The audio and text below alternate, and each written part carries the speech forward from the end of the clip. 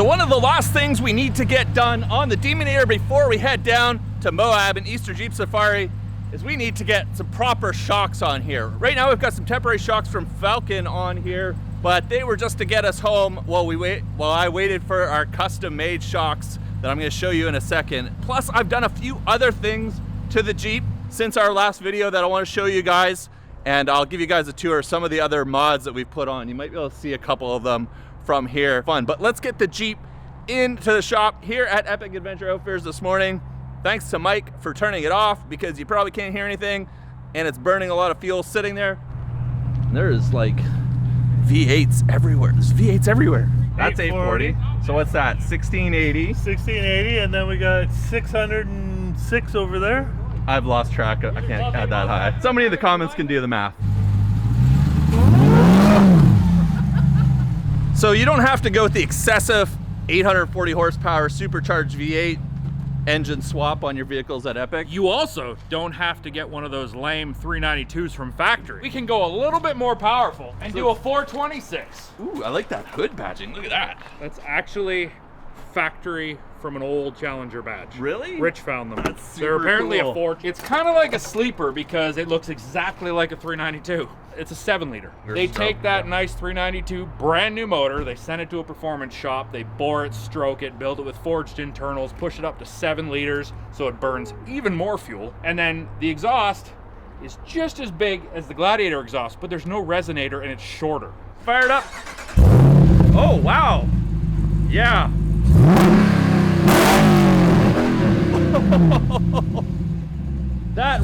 The rasp, really different sound to it. That is a spicy meatball. It's the Extreme conservative extreme choice. The conservative choice is the 392. This is the conservative extreme choice. Soon I heard you're gonna be able to get that new Demon motor. 70. Why'd they have to put a weird number in I it? don't know, but it runs on special fuel and what is it, 1,000, 1,500 horsepower? See, the problem, and some people were tagging me in that post, you aren't gonna be able to get that horsepower without race gas. Yes, like 100%. even in the 840, you still need 100%. race gas to get to that level of tune. Yep. So You don't have to use it. in case you run into race Yeah. gas out on the trail, Yeah, you know, like, just fill people her up. buy all kinds of things they don't use. Talking about things people don't use. I use this to go to work and back every day. Let's take a look at what we've got for shocks here. Ginger, we need 4 shocks. Oh, well, you should probably tell them you didn't have a tricycle. On the very strong recommendation from my friend Matt at Ozark Overland, he said to reach out and talk to a Canadian suspension manufacturer named Elka. Now, I hadn't heard of them before. They make a lot of suspension for side-by-sides and smaller vehicles, and then, you know, like the Toyotas, so that's probably why I haven't heard of them. But they have come out with a full line of shocks for the Jeep, and actually different levels of shock performance depending on how deep you want to go into the suspension rabbit hole. I'm going to try to do my best to explain how these work, but these are an internal dual bypass shock, which means that we can change the dampening on both the slow speed compression and rebound and the high speed compression and rebound. So that's going to give us a nice shock that we can make firm for when we want to, you know, drag race or just cruising on the highway. But then we can have it a little bit softer when we have faster suspension movement, bombing down forest roads and, I don't know, sand dunes, whatever kind of cool stuff we want to do with the Demonator. So let's go take a look at these awesome new shocks that we're going to be putting on, and I'll show you some of the new stuff that we put on. I know the Ginger is already picking my installations apart. That is a thick shock. It's a 3.0. Yeah. These aren't even on their website. So this is the 3.0 version. They make a couple different steps up. By the end of this, we'll all be suspension experts. Especially the Ginger once he reads the literature. I don't even think this is for these shocks. This is just how to put a shock on a vehicle. We'll keep reading then. Well, I know You'll how to learn put something shocks on today. here. Mike, I don't think this is properly installed. What? I think I'm going to have some rubbing on the tire here. I that's where it don't think goes. you can leave that there. No, man. that's just where it stays, right there. Just runs on the top of the tire, and it just rubs and rubs and rubs. It's perfectly fine. It'll be good. It'll be good. You need my catch on. Barely fits in there, hey? Holy moly. Yeah, it's Wow. definitely in there. So the front ones have the detached reservoir, which we're going to mount somewhere I don't know, for Mike to figure out, but we may have to trim the fender liner a little bit. All right, guys, we're just wrapping up putting the new shocks on to the Demonator. We've got the fronts on, we've got the rears on, and we're gonna drop it off the hoist here in just a second and take it out for its first drive. Got the adjuster knobs here on the reservoirs with the lower and the upper, which are the high speed and slow speed dampening, which is gonna let me kind of dial it in exactly how I want the Jeep to perform. But I'm gonna take this for a quick test drive, and I'm gonna head back to the house, and then we'll do a full walk around. I'll let you know what I think of the shocks so far, and I'll show you some of the other stuff that you may have seen in the background of this video that I've bolted on or added to the Jeep to get it ready for this huge Moab trip that I'm about to head out on in like 48 hours. So cool. All right, we'll be right back. Okay, guys, we're back at the house. I've got the Demonator home. It was just pouring rain. I don't know why it always is pouring rain at Epic whenever we're trying to wrap up a project, so it's kind of hard to shoot outside. But let me give you my first impressions of the new shocks from Elka Suspension that we have on the Demonator. Huge difference over the Falcon 2.1s, which are kind of the entry-level shocks from Falcon. Now, those were just temporary. I started off driving home on the soft setting. So, well, soft setting, there's actually a lot of settings because the dials are completely tunable however you want, but there's a dial for the slow compression, so how fast how soft and firm the suspension is when it's moving slowly, and then there's a dial to adjust the suspension, how soft and firm it is when it's moving quickly. So, you know, over washboards, forest roads, dunes, things like that, and then slow stuff like braking, turning, going over speed bumps. And so I started driving home with this on the soft setting. I just kind of took off at Epic. I was like, we'll just test whatever it is. And it was really soft. I could really notice it. A lot of brake dive. Both settings, both the high speed and slow speed, were set to soft. And I was getting a lot of nose dive when I was braking. It was very, very soft, very, very cushy. So when I got to the ferry and stopped, I turned everything to firm. I wanted to see what the other extreme was. And when I got off the ferry, what a difference. It was completely night and day going from one extreme to the other.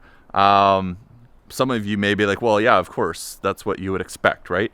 But I didn't know what to expect. I didn't know how far the extreme was. I know that on my Falcon 3.3 shocks that we have on the JL up there, the soft to firm is noticeable, but it's not as extreme and tunable as this for sure. So basically, I have no nosedive when I brake. I have no roll in the corners. It feels very, very firm and planted, almost like I would describe it as like being on rails, which is crazy for huge 40-inch tires and a massive truck like this. So I'm going to be playing around with it in different conditions. I think I'm going to leave the slow compression speeds at a very firm rate, because when I'm going slow, corners, stopping, accelerating, I want the truck to stay level.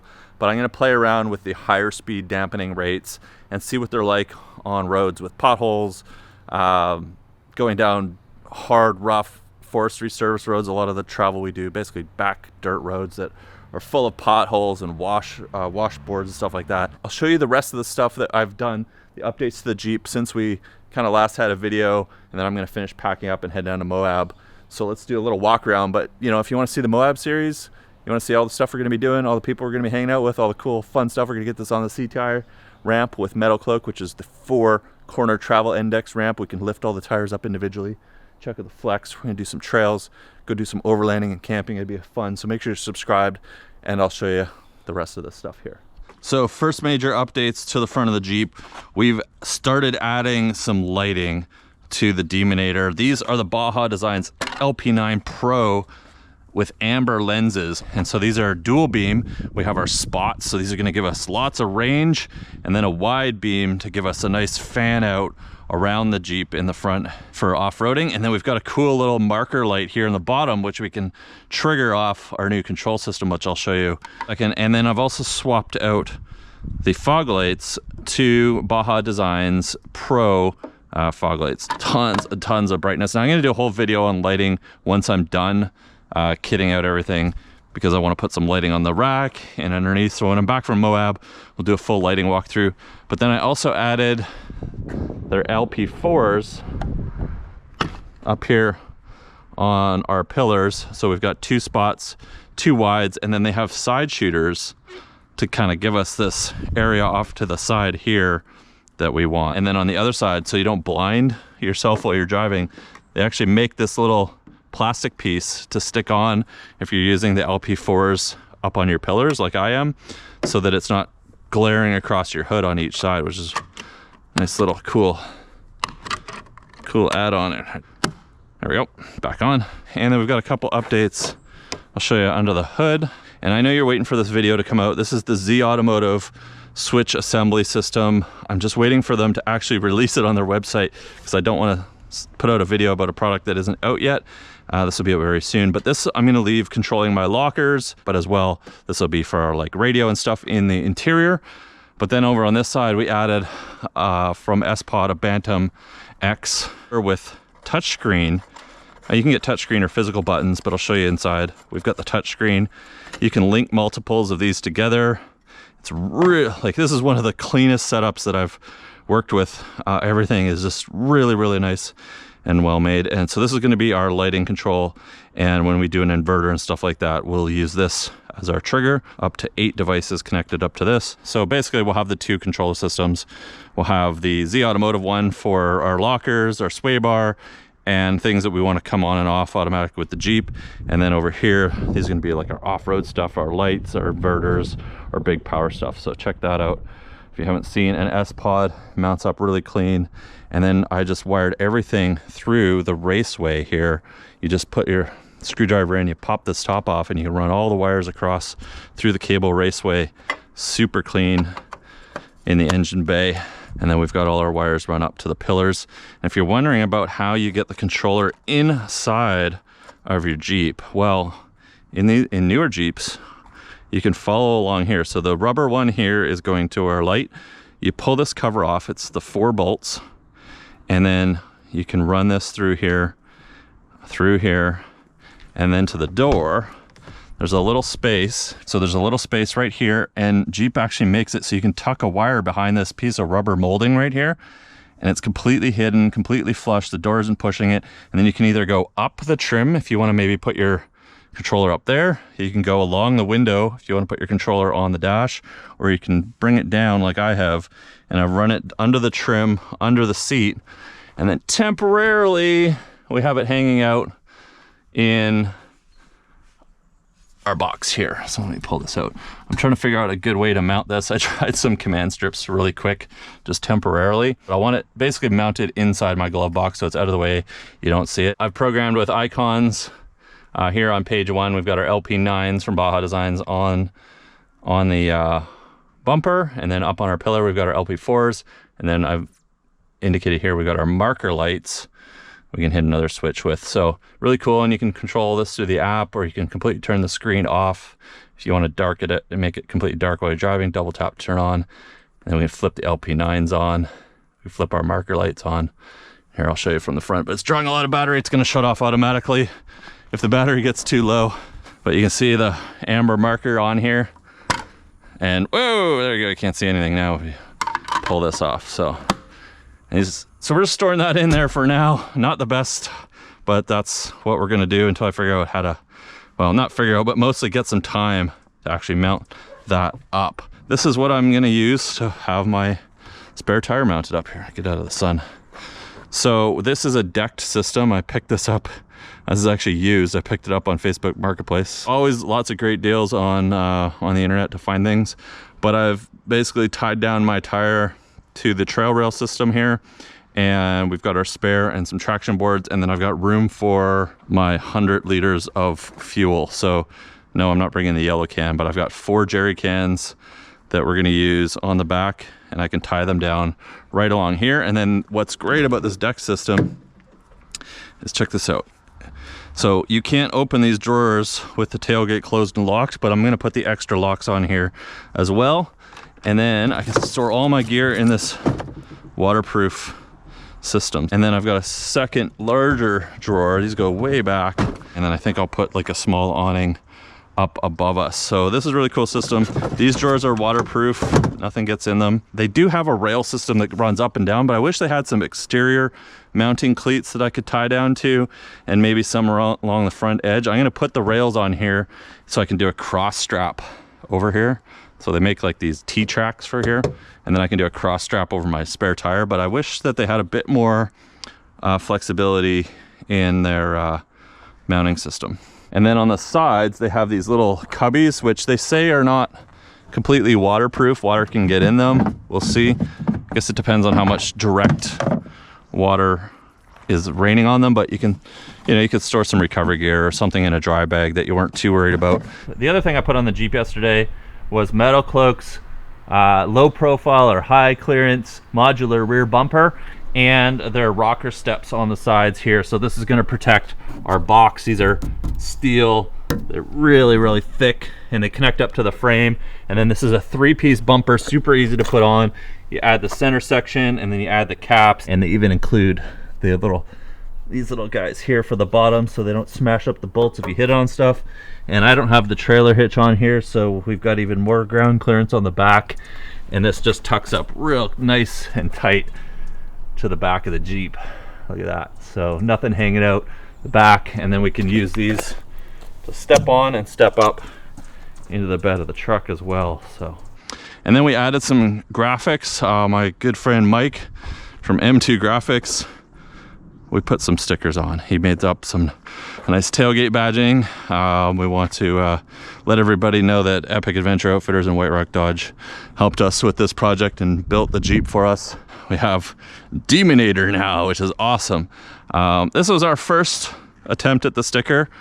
I think it should be a little bit bigger, but I don't have time to get it done before Moab. I really liked how fat the Mojave looked on here. Let me know, what do you guys think? Is that big enough for Demonator on the hood, or should we make it taller and then a little wider? And, everything about this truck is just huge and kind of out of control. So that's kind of what I'm thinking. But make sure you subscribe, guys. Don't miss the rest of this Moab series. It's going to be awesome. I'm going to be talking a lot about the suspension performance. We've got metal cloaks, lock and load, radius arms on here, which I haven't tested out on anything other than a forest road yet. We've got the new Elka suspension on here. We'll see how the shocks handle. We should have lots of shock length now, which was a problem with the temporary shocks we had on there, and just how the Jeep performs and handles all the crazy stuff that we can do with our rig down in Moab. So leave a like, guys, if you enjoyed this video. Obviously hit subscribe, don't miss any of the upcoming fun, and I'll see you guys down in Moab in the next video.